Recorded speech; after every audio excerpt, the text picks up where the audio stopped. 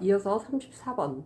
콘크리트가 실이 경과함에 따라 공기 중의 탄산가스 작용을 받아 알칼리성을 잃어가는 현상은 1. 중성화, 2. 크리프, 3. 건조 수축, 4번 동결, 용해. 답은 1번 중성화.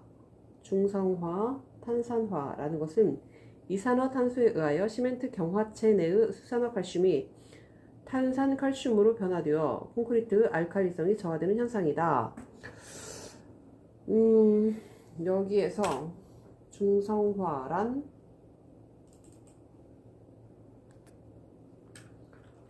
중성화로 치지 말고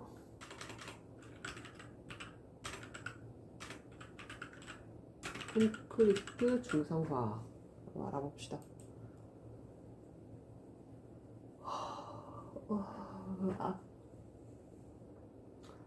이제 네이버에서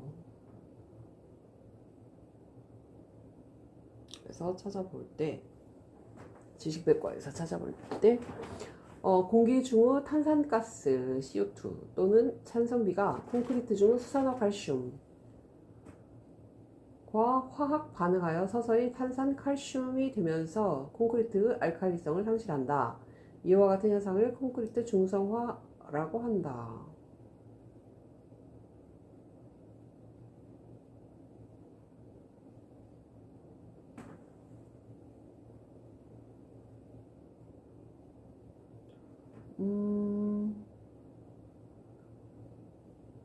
콘크리트 중성화의 개요, 정의, 발생 원인, 양상 및 중성화 시험 방법과 방지 대책.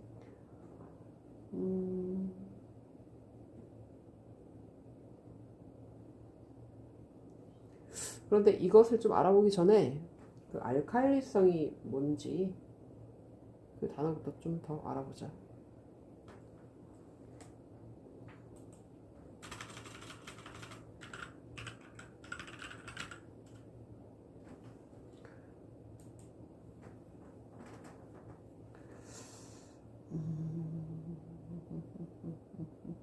알칼리성이라는 것은 알칼리가 가진 성질, 즉 수용액이 잿물과 같은 맛을 가지고 비눗물과 같은 끈기를 나타내며 적색 리트머스를 청색으로 변화시키는 성질인데 수산 이온 때문에 생긴다. 이것은 액의 pH, 수소 지수가 7 이상에 있는 상태인데 산을 첨가함으로써 이 성질은 잃어버린다. 이거 역시 화학대사전 지식백과에서 이렇게 얘기를 하고 있는 건데, 아무튼 알칼리성은 알칼리와 같이 염기성을 나타내는 성질, 붉은 리트머스질을 청색으로 변화시키며 산과 중화하여 염을 생성하는 성질을 말한다. 그럼 아까 콘크리트 중성화,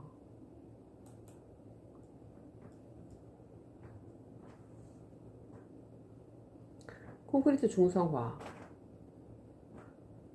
아톰 위엔지님의 블로그. 콘크리트 중성화 시험 방법 및 원인. 경화한 콘크리트는 초기에 알칼리성을 나타내나 환경적 요인 중 CO2의 영향을 받아 점차 중성으로 변한다. 콘크리트로 피복된 철근은 초기의 알칼리 환경에서는 부식되지 않으나 점차 콘크리트가 중성화되면서 부식된다. 콘크리트 중성화가 진행되면서 철근은 부식되어 체적이 증가하기 때문에 콘크리트에 균열이 발생하고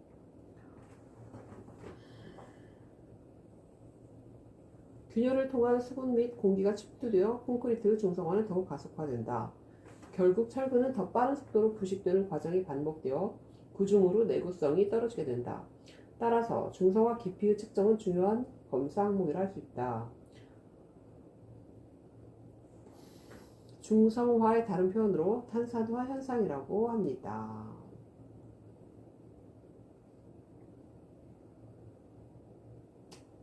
부식되는 거.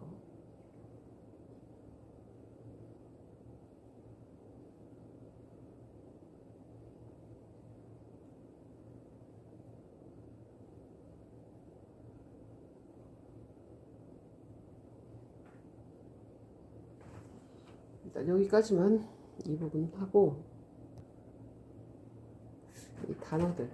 이제 35번. 목재의 천연 건조 방법에 속하는 것은 1번 침수 건조, 2번 열기 건조, 3 진공 건조, 4 약품 건조. 1번 침수 건조.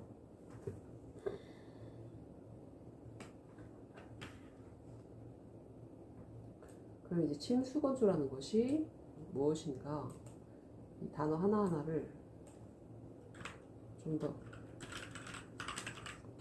알아봅시다.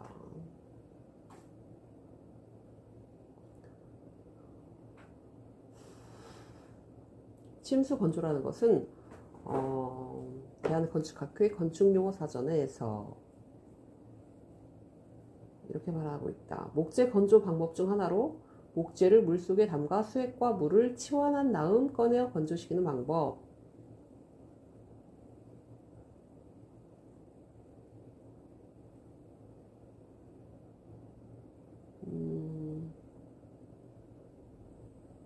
그리고 이제 어학사전에는 침수 건조.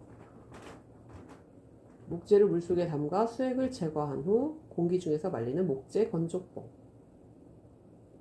그러면 목재 침수 건조.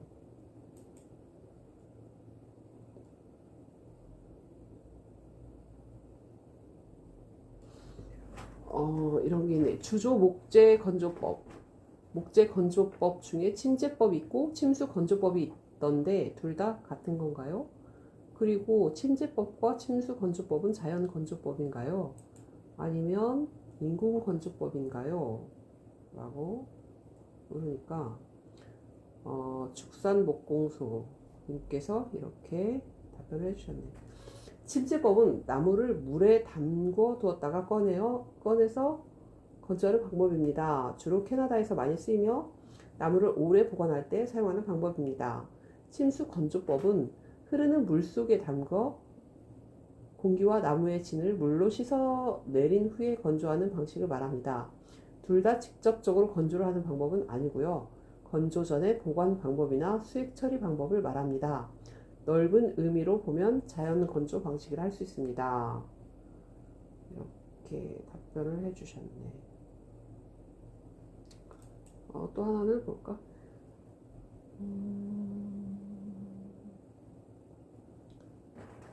지식이네. 나무를 건축 재료로 사용할 때 바닷물에 넣어 말리는 방법. 어디서 들었던 것 같은데 나무를 바닷물에 넣었다가 말리면 더 단단해지고 썩지 않는다는 말을 들은 것 같은데 이게 맞는지 또 맞는다면 무슨 공법인지 궁금합니다. 라고 하니까 GET 님께서 뭐라고 하셨냐면 목재는 강도를 증가시키고 변형을 최소화하기 위해 보존 처리인 건조를 하며 건조는 자연 건조와 인공 건조가 있고 자연 건조는 대기 건조, 침수 건조가 있으며 그중 하나가 바닷물에 넣어 건조하는 방법입니다. 침수 건조는 바닷물 등에 3에서 4일 침지시키는데 방부 성능 부여 외에도 목재의 수분을 빨아들이는 성질을 높여 급격한 함수율의 변화를 억제하여 뒤틀림과 갈라짐을 방지하는 역할을 하는 것입니다. 가로에 해인사 고려 대장경은 3년 이상 침지 가로 닫고 요즘은 자연 건조보다는 밀폐된 건조실이나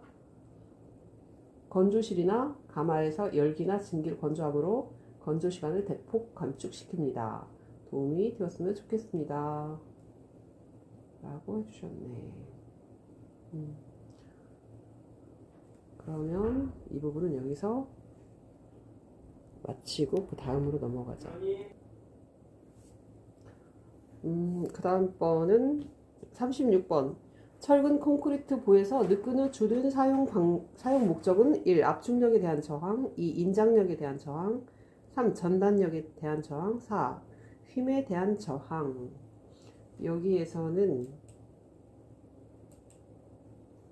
이제 느끈이 뭔지 보자.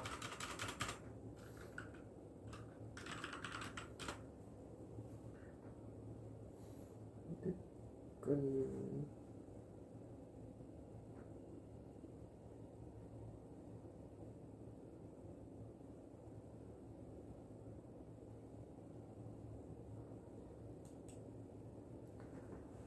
느끈 사선 전단력 파괴 막음. 이게 지식인에서 철근 아시죠? 주근이 있고 느끈이 있다고 하대요. 주근은 콘크리트 보가 인장을 하면 인장력에 약한 콘크리트가 파괴되는 걸 막기 위해 철근 주근을 넣으면 당연히 인장이 안 되는 것을 이해하겠는데 느끈이라고 있대요. 그 느끈은 사선으로 전단 응력이 작용할 때 파괴되는 걸 막는다고 하는데 이해가 잘 안 되네요. 주근만 하면 되는 거 아닌가요? 물론 느끈이 주근을 잡아주는 역할은 이해하지만 전단력을 억제한다는 소리가 이해가 안 돼요. 라고 하니까 건축쟁이 뀨님께서 답변을 해주셨는데 위에 분 말에 더 붙여서 설명드리자면 전단이라는 것은 잘린다는 의미입니다. 그렇기 때문에 접합 부위의 보가 사선으로 균열이 발생하게 되는데 이때 주근만 있다면 주근 사이의 균열은 느끈이 없다면 그대로 깨지게 됩니다. 그래서 느끈을 배근하는데 이 느끈을 왜 직각으로 하냐면 시공성 때문입니다. 사선의 반대로 느끈을 사선으로 배근해야 효율이 크지만 시공상 사선 배근은 좀 불편하고 어렵기 때문에 직각으로 배근하는 것입니다. 이렇게 써 있고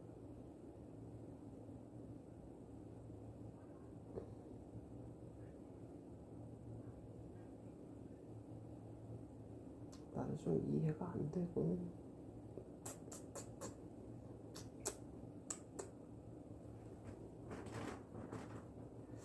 그럼 이것도 봅시다. 이거는 비공개 답변. 간단하게 말씀드릴게요. 45도 기울기로 균열이 생기는 걸 전단 균열 또는 사인장 균열이라고 합니다. 이 균열은 휨 플러스 전단력을 받는 부재에서 발생합니다. 자, 그러면 사선으로 균열이 발생한다면 콘크리트가 사선을 기준으로 서로 벌어집니다. 이는 곧 균열로 인해 인장력이 발생합니다. 여기서 느끈이 하는 역할이 바로 균열이 생기지 않게 인장력에 저항을 하게 됩니다. 사선을 기준으로 서로 벌어지려고 하는 콘크리트를 철근이 대신 인장에 저항해 줌으로써 전단력에 저항하는 겁니다. 자, 그럼 주근만 하면 안 되냐고 질문하셨는데 주근은 어디에 들어가고 왜 들어가는지 아시나요? 주근은 보통 부재의 바닥면에 들어갑니다. 인장 응력이 가장 크게 작용하기 때문이죠. 그리고 전단 응력이 가장 크게 작용하는 부분은 부재 단면에서 가장 중앙입니다. 또한 부재 단면에서 가장 밑면과 가장 윗면은 전단 응력이 0입니다. 이는 중앙에서 멀어질수록 전단 응력이 약해진다. 즉 전단력이 약해진다는 뜻입니다. 그렇다 보니 가장 밑면에 들어가는 주근은 전단력과 거의 관련이 없다고 할 수 있죠. 이해되시나요?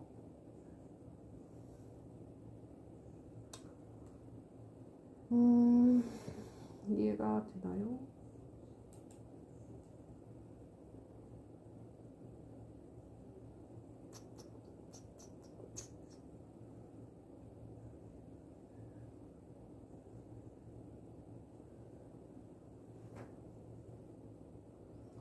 일단 여기까지만 하고 이제 모르면 나중에 또 틀리면 또 하고 이제 이런 식으로 갑시다.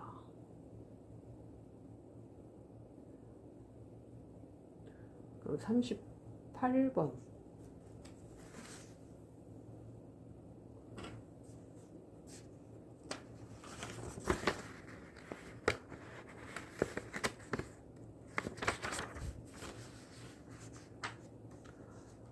한 편이 300mm 정도인 네모뿔형의 돌로서 석축에 사용되는 돌을 무엇이라고 하는가?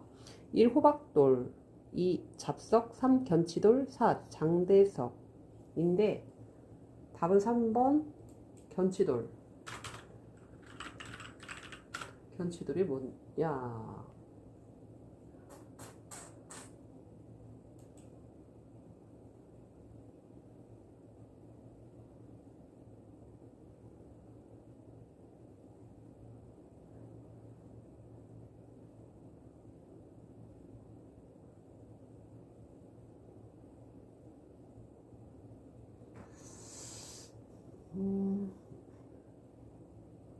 이 사진에 있는 이것을 뭐라고 하나요?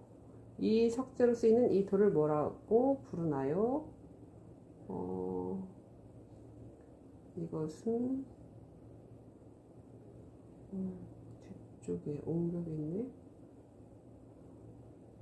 이제 건축 마스터님께서 석축이라고 합니다. 라고 하니까 하쿠나 마타타 님께서 축대 옹벽이라고 합니다.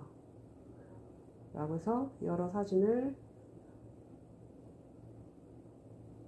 올려주셨는데 굼뜰님께서 견치돌이라고 합니다. 쌓는 방식은 여러 가지가 있으니 찾아보시기 바랍니다. 이렇게 써주셨고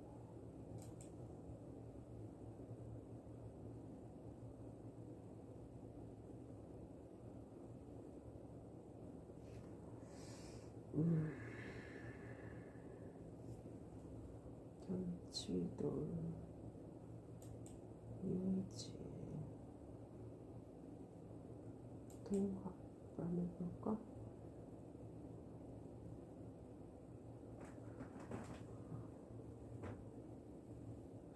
네이버에서 산업안전대사전 그쪽에 크고 작은 두 개의 면을 가진 네모뿔 모양으로 가공한 돌을 말한다. 돌삿 케이스는 정사각형 모양의 돌을 말하며 일명 간지석이라고도 한다. 견치돌은 앞면 가로 큰 면이 30 곱하기 30cm 미만이며 그러니까 300mm씩 뒤괸 길이 괄호의 큰 면과 작은 면 사이의 길이는 큰 면의 약 1.5배 45cm 안팎이다. 450mm 안팎이다.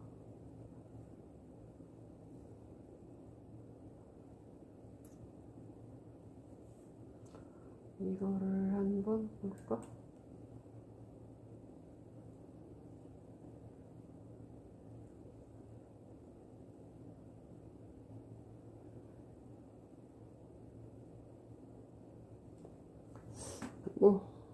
이 정도에서 또 이 부분도 끝내고 또 그 다음에 39번 완전히 틀렸는데 39번 철골공사 용접 결함 중에서 용융금속이 응고할 때 방출되어야 할 가스가 남아서 생긴 작은 구멍을 무엇이라고 하는가? 1번 블로우 홀, 2번 언더컷, 3 오버랩, 4 피트.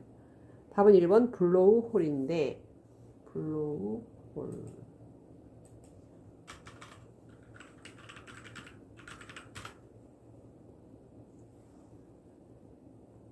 블로우 홀은 비파기 검사 용어사전 지식백과 네이버 지식백과에서 금속 안에 발생한 공 모양 또는 거의 공 모양과 같은 공동 주조시 기체 가스 배출이 불완전하거나 용접 시 용접 금속이 냉각될 때 용접 금속 중에 함유되어 있는 기체가 완전히 빠져나가지 못하고 응고되어 용접 금속 내에 들어있는 것 기포라고도 한다.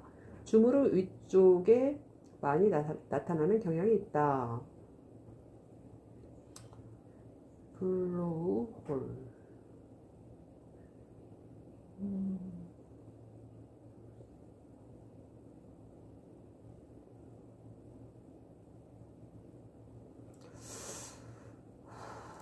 이거를 어떻게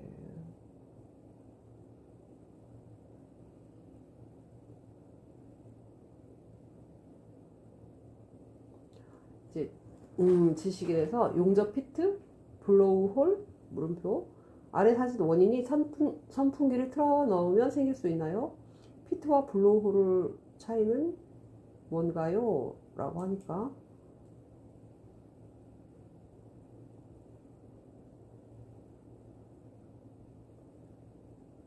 뭐가 답변이지?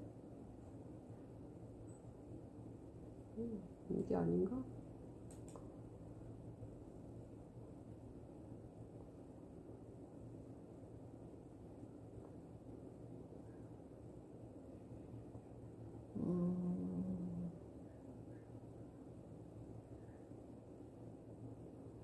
용접할 때 구멍이 생겨요. 사진과 같이 기포하고는 좀 다른 구멍이 생기는데 왜 생기는 걸까요?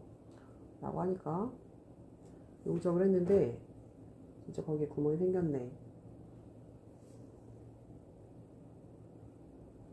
이게 화학공학의 분야인가 보네. 기계관리자 님께서 답변을 해주셨는데 CO2 용접인가요? 용접 시작할 때의 각도로 계속 쭉 가셔야 하는데 용접 중의 각도가 불규칙해져서 이런 증상이 나오게 됩니다. 한마디로 그 용접물을 끌고 가다가 각도가 이상해져 언더컷이 발생된다고 생각하면 되겠네요. 용접 각도에 더 신경 써서 용접하시면 될 것 같습니다. 그러면 금방 언더컷도 생겼고 언더컷, 피트, 오버랩이라는 단어가 나왔네.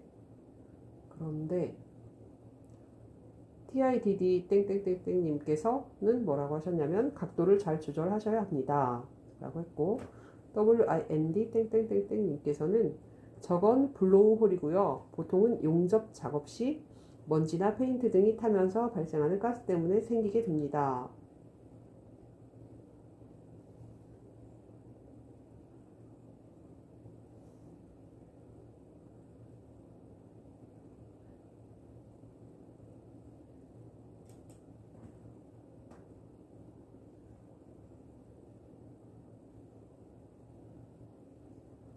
이것도 그냥 여기까지만 알아보고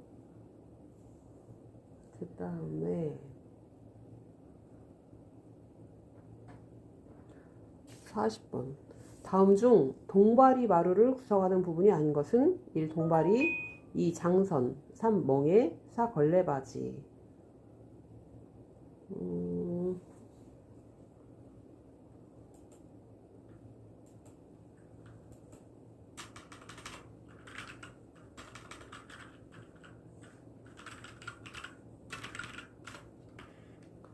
동바리 마루 뭔가 어디 보자.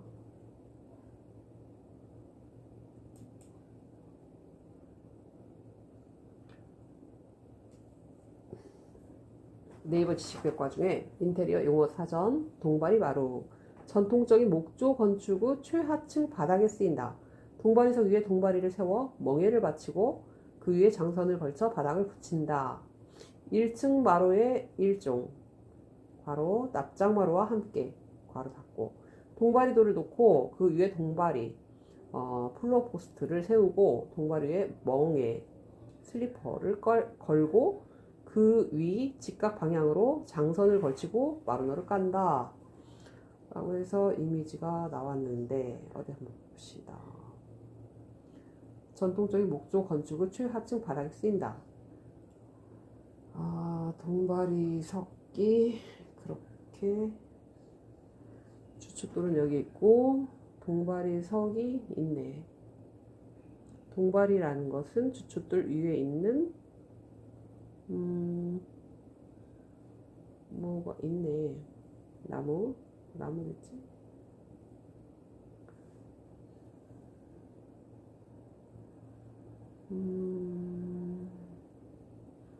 동바리는 주춧돌 위에 있는 어떤 기둥, 나무 기둥 같은데 동바리석 위에 동바리를 세워 자, 또 멍에는 뭐냐? 멍에는 길게 가로지르는 나무네. 10에서 12cm 각재로 0.9에서 1.8m 정도가 되나 보네. 멍에가 그거고 그 위에 장선을 걸쳐 바닥을 붙인다. 장선은 또 어디 있나 보자. 장선은 이게 멍에고 장선은 45에서 60mm의 각재. 많이 안 두껍고 이거는 40에서 50cm 간격으로 하는 건가? 아니면 길이가 그렇다는 건가?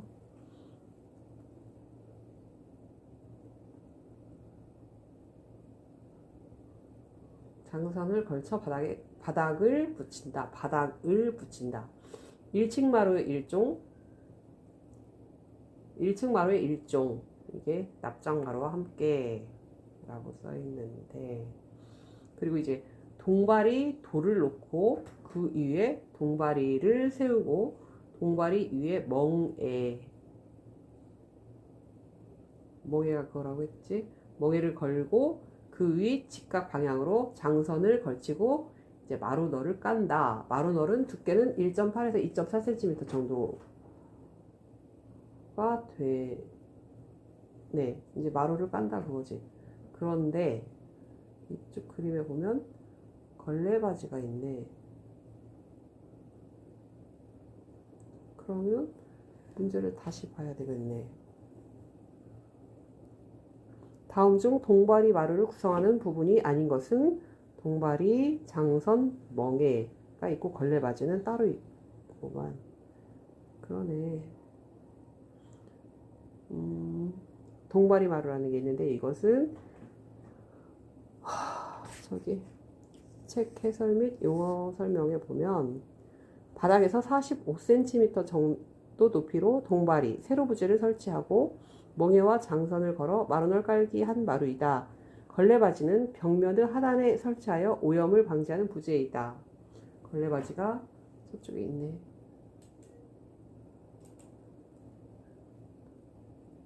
걸레바지. 그리고 셋기둥이 있고 기둥이 있고 뒤쪽에 비늘판이라는 게 또 있고 이제 이런 식으로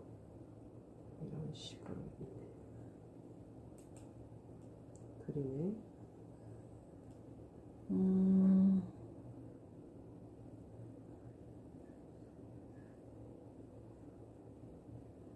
그림 이렇게 했구만. 그렇구만.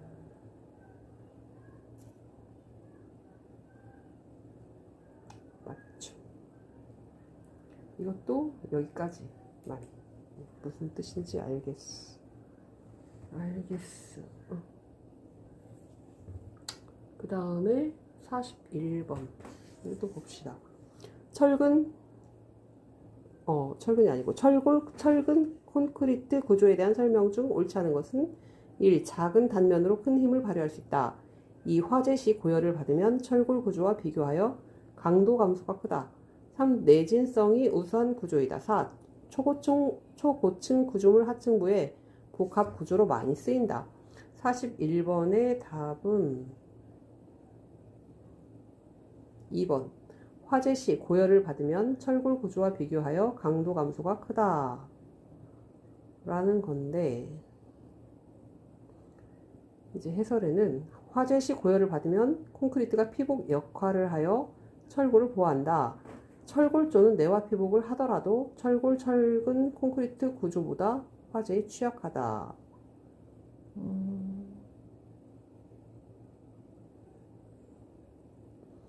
여기서는 내가 틀리는 부분이 이제 제대로 이해를 못하는 건데, 강도 감소라는 게 있다. 강도 감소가 뭐냐?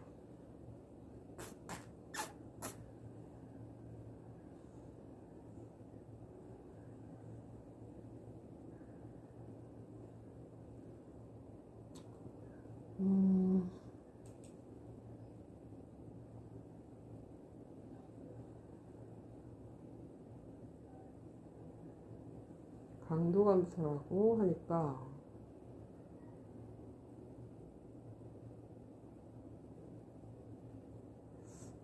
뭐라고 나오냐면 지식백과에 보면 강도 감소 계수라는 게 계수로 나오네. 강도 감소 계수는 건설 등 재료 공칭 강도와 실제 강도 사이에 어쩔 수 없이 생기는 차이나 제작 및 시공상의 불확실성 등을 고려하여 부재를 보강하는 안전계수이다. 철근, 콘크리트에서 안전 강도를 무시하는 휨 강도의 파이는 철근의 탄성 계수 뭐 ES와 함께 항복 강도 F 스몰 y, 그러니까 E 스몰 s와 함께 항복 강도 F 스몰 y와 밀접한 연관을 갖는다. 이렇게 읽으면 되는 건가?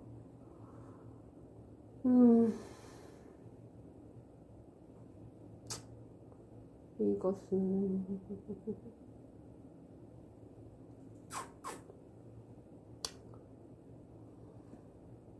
41번은 다음에 한 번 더 이해를 좀 했으면 좋겠어.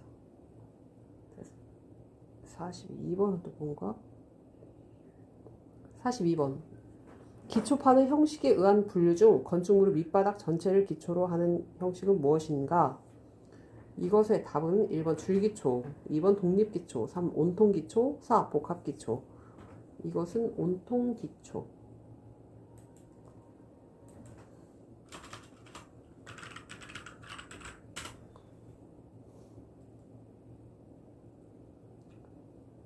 온통기초. 이것은 매트기초라고 하는데, 기초 슬래브를 건축물의 전면 또는 광범위한 부분에 걸쳐 두는 경우의 기초. 북한의 철도 용접한 기초 높이에 비하여 너비가 큰 판으로 된 기초. 뭔 소리야? 집이 크거나 집안이 약할 때 쓴다.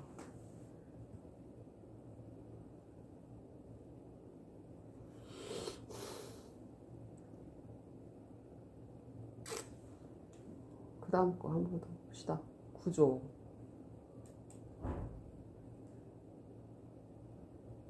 온통기초는 구조로 건축물의 전체 바닥면 또는 바닥면 이상으로 넓게 걸쳐서 기초 슬래브를 설치하는 기초. 매트 기초 또는 전면 기초라고도 함. 그러면 출처는 대한건축학회 건축용어 사전. 그러면 이거를 사진이 뭘 하는가를 봐야지. 이것은 기초인데 여기를 한번 봐야겠네.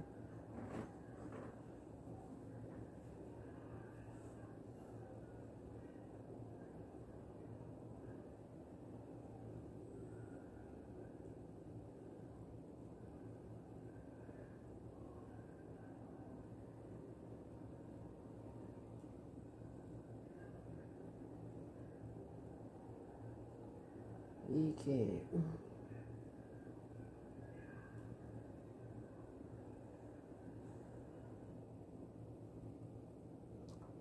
여기를 한번 쭉 읽으면 되려나?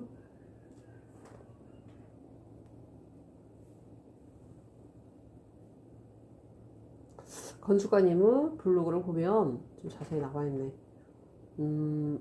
제9편의 기초공사 온통기초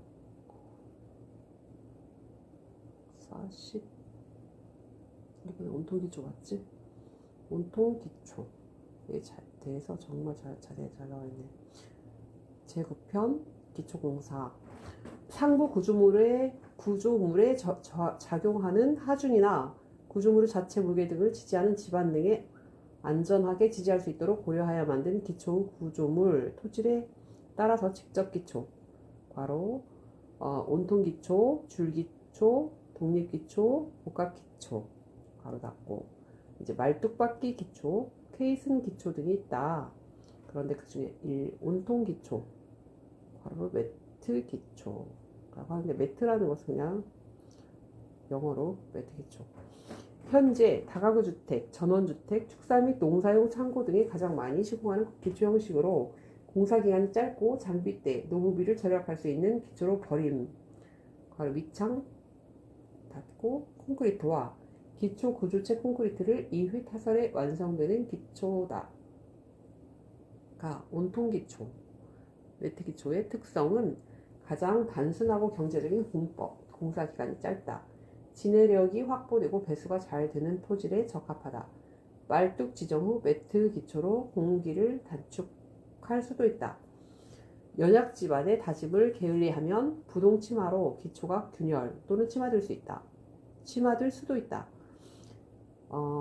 매트 기초는 통기초와 지수벽, 내림 기초로 구분하는데 통기초는 콘크리트량이 많아 지중으로 인한 침하 우려가 있고 지수벽, 내림 기초는 침하로 인한 균열의 우려가 있다.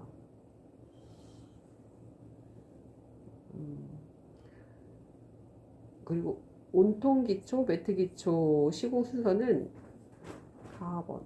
규준 틀 설치 및 2개소 이상 기준점 설치한다. 규준 틀은 대지 위에서 건축물의 위치, 건축물 길이 너비를 결정하는 중요한 구성 요소다. 대지 경계선에서 건축물의 이격거리를 결정하는 규준 틀, 야리가다는 매우 중요하다. 규준 틀 설치를 실수하여 부산 동네 사는 조모 씨는 3층 건물 콘크리트 공사를 완료한 후 공사업자의 실수가 밝혀져 공사업자는 도주하고 건축주는 강제 이행 부과금 4,500만 원을 납부하고 철거했습니다. 경기 용인 주북교회 장모 집사는 충북 음성 원룸 신축 공사를 하면서 규준 틀 설치를 잘못하여 주차 공간이 나오지 않아 원룸 3동 기초공사 완료 후 철거를 했다. 이와 같은 일이 비일비재하므로 반장급 이상 목수가 해야 한다. 나번 기 설치된 규준 틀에 의하여 대지 위에 건축물의 위치를 표시하고 설계 치수대로 터파기를 한 다음 충분히 다진 장비로 다진다. 나번 소정의 두께로 잡석을 포설하고 다진 장비로 소정의 지내력을 확보하도록 다진다. 나번 버림 콘크리트 타설 후 기 설치된 규준 틀을 이용하여 목매김을 한다. 어디 보야겠네. 목줄 있고 수직점이 있고 실을 친다. 마번 지중에서 올라오는 습기와 냉기를 방지하기 위해 단열재를 깐다. 4번 설계 도면과 일치하게 하부 철근 배근의 급수관, 오수관, 하수관, 전선관을 설치하고 상부 철근 배근을 한다. 하부 철근 배근 중인 사진을 보고 있고 상부 철근 배근 완료인 사진을 보고 있고 4번 기초 거푸집을 설치한다. 거푸집은 유로폼과 합판 거푸집 중 한 가지를 선택해서 사용한다. 4번 온통 기초, 매트 기초 구조적 분류. 경질 집안에 사용하는 얕은 기초로 특히 전원주택에 많이 사용하고 줄기초보다 공정이 적어 공사 기간이 빠르고 비용이 적게 드는 이점이 있다. 이것은 여기까지만 하고 그 다음에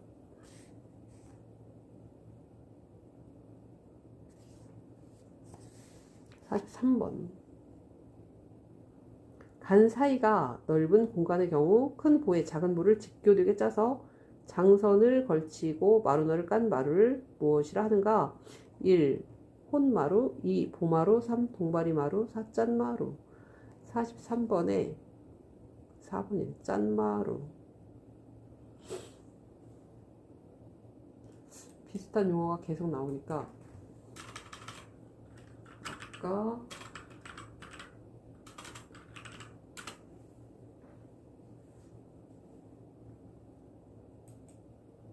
동바리마루라는 그거를 했단 말이지.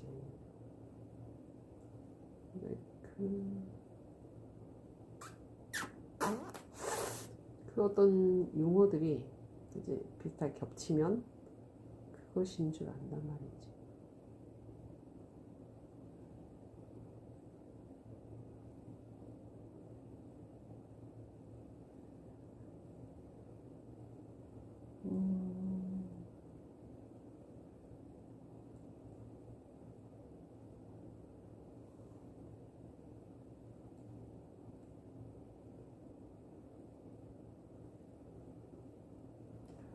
이게 어떤 부분인지를 알아봐야겠네.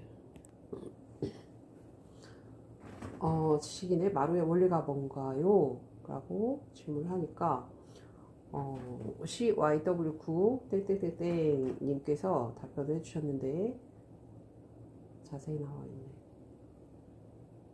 님 도움이 되었으면 좋겠고요. 내공 좀 확확 주셨으면 감사합니다. 건물 내 지면보다 높게 널빤지 등의 재료를 평평하게 깔아 사람이 앉거나 보행하도록 만든 곳으로 이를 지탱하는 구조가 목재, 철골 등으로 구성되는 경우 그 골조 부분을 마루골조라고 하고 철근, 콘크리트와 같은 일체식으로 된 경우에는 바닥 슬래브라 한다. 본문 봅시다. 청사라고도 한다. 1. 기능. 마루에는 1층 마루와 2층 이상의 마루가 있다. 2층 마루는 공간, 분할벽이 공간을 평면적으로 고입하는 것에 대하여 공간을 상하로 고입하는 역할을 한다. 1층 마루는 지붕이나 외주 벽과 함께 생활 공간을 외부로부터 차단하는 기능을 가지고 있다. 또한 마루는 그 위에 놓여 있는 물건과 이동하는 사람 등의 무게를 지탱해야 하므로 그것에 견딜 만큼 튼튼해야 한다. 마루를 지탱하는 구조가 목재, 철골 등으로 구성되는 경우 그 골조 부분을 마루골조라 한다. 이것에 대하여 철근, 콘크리트와 같은 일체식으로 된 마루를 바닥 슬래브라 한다. 마루골조와 바닥 슬래브는 2층 마루일 경우 그 마루면의 하중을 지탱할 뿐만 아니라 벽체를 서로 연락하여 지진이 일어났을 때 건물 전체의 구조 내력에 커다란 역할을 한다. 철근, 콘크리트와 같은 내화성 있는 마루는 방화 구획이 되기도 한다. 이 구조 마루골조는 1층 마루와 2층 마루가 서로 다르다. 마루의 상면, 윗면을 마루면이라 하는데 1층 마루인 경우 집안면에서 마루면까지를 마루의 높이라고 한다. 상점, 창고 등에서는 마루를 낮게 하지만 주택의 방에서는 방습의 이유로 버팀 기둥을 세워서 0.45m 이상의 높이로 한다. 전자를 납작마루, 후자를 짠마루, 바로 기둥을 세운 마루라고 한다. 납작마루는 콘크리트 지반과 단단히 다진 지반 위에 장선을 놓거나 어떤 때에는 지반에 동바리를 놓고 이것에 멍에 및 장선을 걸친 구조이다. 짠마루는 마루를 높게 유지하기 위하여 기초와 멍에 사이에 마루 지지대를 세우는 구조이다.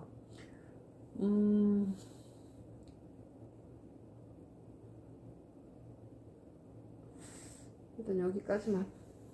이 부분도 여기까지만.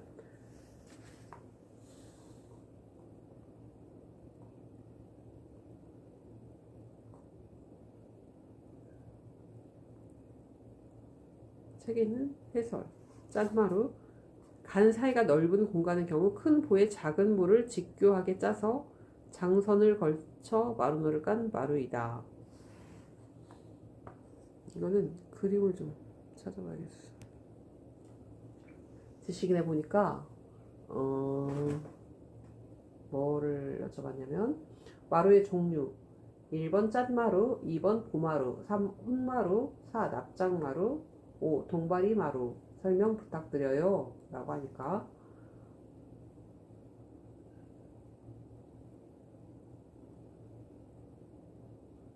ASSIST 님께서 설명을 해주셨는데 이게 이렇게 넣으면 되겠네. 짠마루는 큰 보, 작은 보, 장선, 마루널.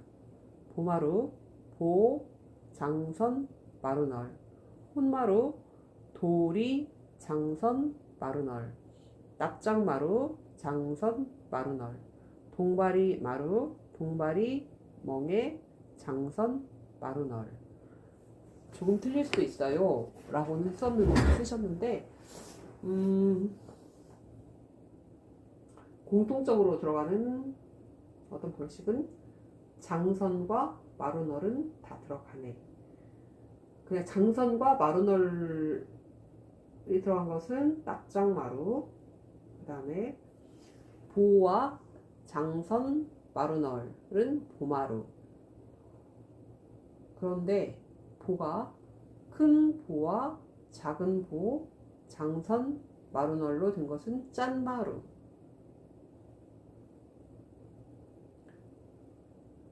그리고 혼마루라는 것은 돌이, 장선, 마루널로 된 것은 혼마루. 그리고 아까 했던 동바리 마루는 동바리, 멍에, 장선, 마루널. 뭐 이렇게 외우면 마루 쪽도 이것도 다 외웠네. 그 다음에 음보, 작음보, 원짠마루.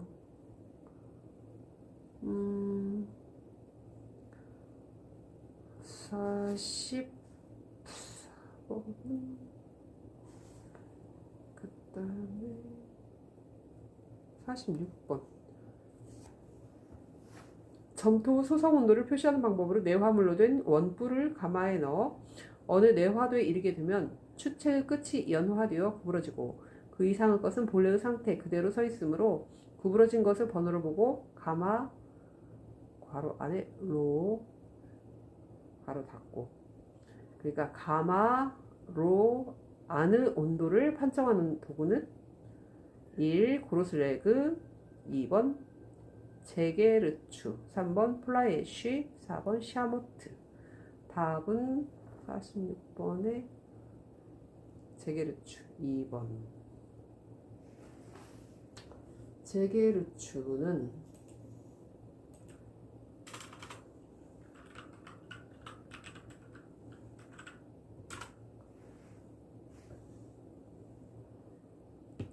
어디 볼까? 제게르추.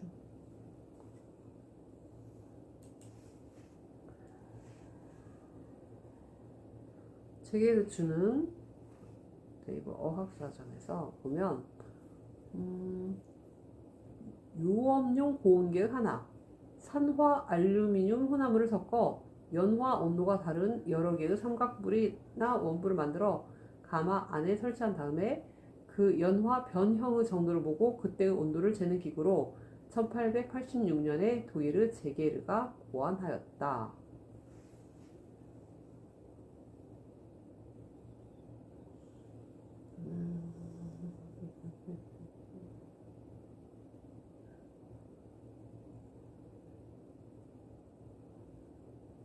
제게르추.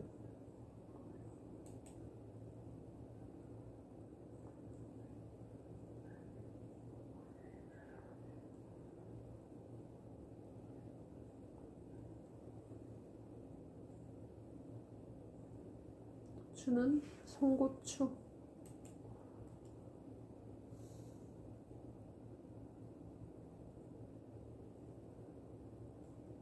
또 여기까지만 한 번 더 알아보고, 그 다음에 47번은 강제의 온도에 따른 특성으로 틀린 것은 1. 0에서 25도 사이에서 강도가 증가하여 250도씨에서 최대가 된다. 2번 250도씨 이상이 되면 강도가 감소한다. 3. 500도씨에서는 0도씨일 때 강도의 10분의 1로 감소한다. 4번 강제는 고온에서 강도가 급격히 감소하므로 방화 처리를 한다.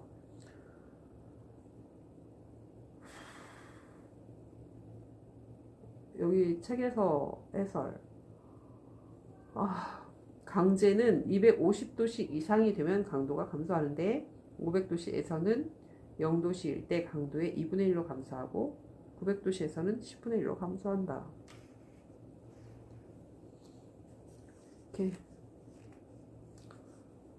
47번에는 3번 500도씨에서는 0도씨일 때 강도의 10분의 1로 감소한다 라고 했는데,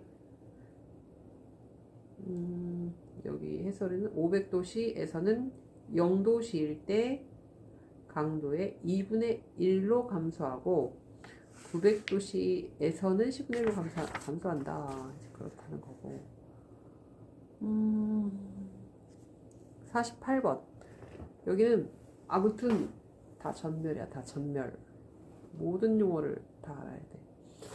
48번. 곡면판이 지니는 역학적 특성을 응용한 구조로서 경량이고 내력이 큰 구조물을 구성할 수 있는 구조는 1. 셀 구조. 48번에 1번 셀 구조.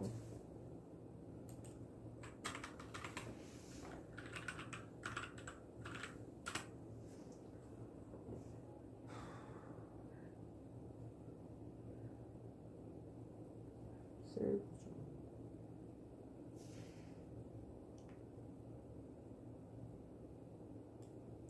4점 더 보기.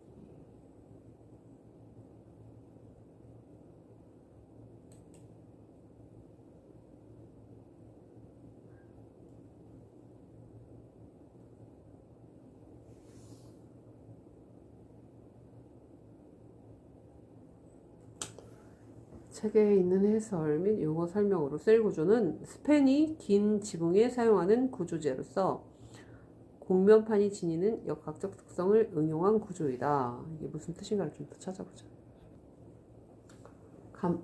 김자모. 김쌤의 자격증 모으기.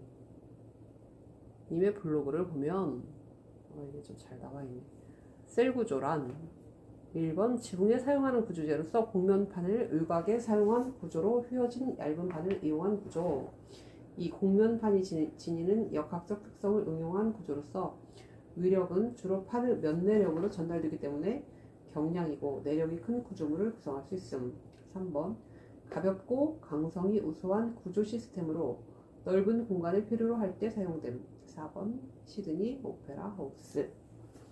여기까지만.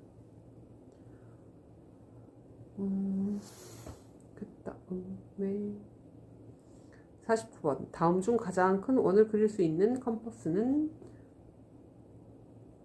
빔 컴퍼스. 2번 빔 컴퍼스. 스프링 컴퍼스는 일반 컴퍼스고 빔 컴퍼스는 큰 원을 그릴 때 널빤지에 부착하여 사용하는 컴퍼스다. 빔 컴퍼스. 그 다음에 50번에 연필 프리핸드에 대한 설명을 바른 것은 1. 번지거나 더러워지는 단점이 있다. 2. 연필은 폭넓게 명암을 나타내기 어렵다. 3번 간단히 수정할 수 없기에 사용상 불편이 많다. 4번 연필의 종류가 적어서 효과적으로 사용하는 것이 불가능하다. 연필은 번지거나 더러워지는 단점이 있다. 힘을 조절하고 반복하여 선을 표현하면 폭넓게 명암을 표현할 수 있고 지우개로 간단히 수정할 수 있다. 연필 종류는 다양하여 진한 선과 연한 선을 효과적으로 사용할 수 있다.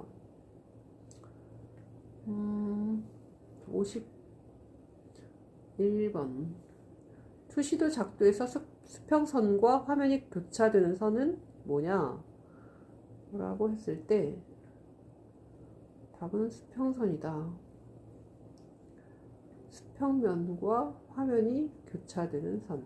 수평면과 화면이 교차되는 선은 수평선이다. 그리고 53번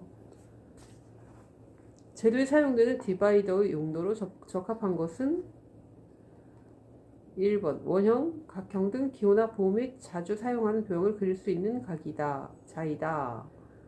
53번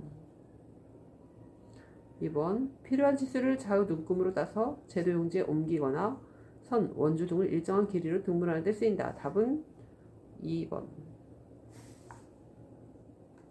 그리고 54번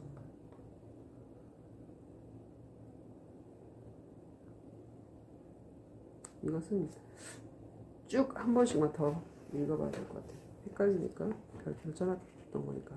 54번 건축 설계 도면에서 배경을 표현하는 목적과 가장 거리가 먼 것은 1. 건축물의 스케일감을 나타내기 위해서 2. 건축물의 용도를 나타내기 위해서 3.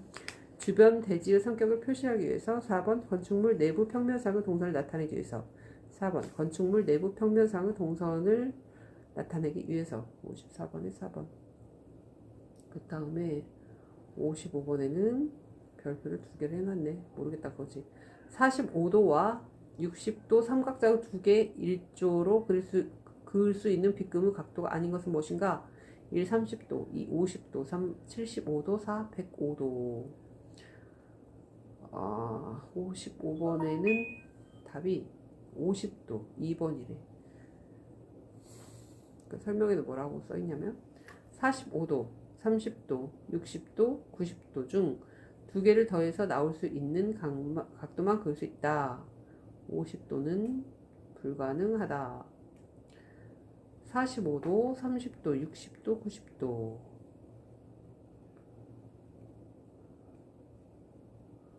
자, 그러면 1번은 30도, 2번 50도, 3번 75도, 4번 105도인데, 그러면, 저기네. 45도, 30도, 60도, 90도 중 두 개를 더해서 나올 수 있는 각도만 그을 수 있다. 50도는 불가능하다. 이 뜻은 뭐냐면, 자, 30도는 원래 있고, 그 다음에 75도는 30도와 45도를 더하면 되는 거고, 그 다음에 105도는 45도와 60도를 더하면 되는 거네. 그러니까 답은 50도. 56번. 건축 구조의 분류 중 구성 방식에 의한 분류에서 조적식 구조끼리 짝지어진 것은 1. 블록 구조, 철골 구조. 2번 철골 구조, 벽돌 구조. 3번 목 구조, 돌 구조. 4번 벽돌 구조, 돌 구조. 조적식 구조는 벽돌, 블록, 돌 등을 접착제로 쌓아 올려 구성하는 구조이다. 횡력에 취약하다. 그 다음에 57번. 트러스를 종횡으로 배치하여 일반적으로 구성한, 아니지. 트러스를 종횡으로 배치하여 입체적으로 구성한 구조로서 형광이나 강관을 사용하여 넓은 공간을 구성하는데 이용되는 것은 1. 왁구조, 2. 스페이스 프레임, 3. 절판 구조, 4. 돔 구조. 답은 뭐냐면 스페이스 프레임이다. 스페이스 프레임이란 입체 트러스라고 하는데 소재를 입체적으로 조립하여 입체 트러스로 한 뼈대이다. 전체로서 평판형 또는 곡판형의 구조를 만들 수도 있다. 보통 소재를 삼각형의 집합 형식으로 짜서 입체 트러스로 하는 경우가 많다. 그 다음에 58번. 다음 중 석재 가공 시 잔다듬에 사용되는 공구는 1번 도드락망치, 2번 날망치, 3번 쇠매, 4. 정. 58번에 이것은 잔다듬에 사용되는 것은 날망치다.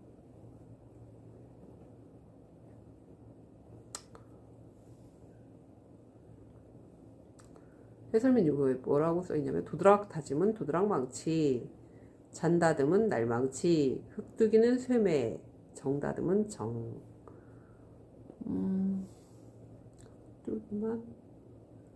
흙뜨기만 쇠매를 따로 외워두고 정다듬은 정이고 도드락 다짐은 도드락망치다. 이렇게 비슷한 단어로 외워놓으면 되네. 59번. 도면 표시 기호 중 면적과 나비의 표시가 옳게 짝지어진 것은 59번의 면적은 A, 나비, 폭은 W. 60번. 다음 중 철골 구조에서 플레이트 보에 사용하는 부재가 아닌 것은 1. 커버 플레이트, 2. 외부 플레이트, 3번 스티프너, 4번 베이스 플레이트. 답은 4번이래. 베이스 플레이트. 베이스 플레이트는 주각을 구성하는 부재이다.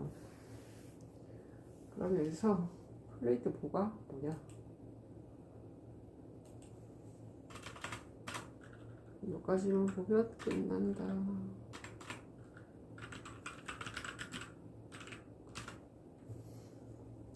플레이트 보는 외부재의 강판을 사용하여 단면을 I형으로 조립한 보.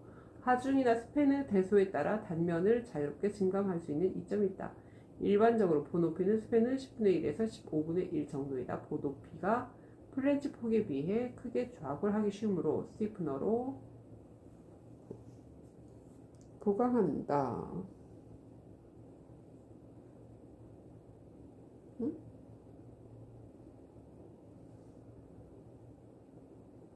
스티프너로 보강한다.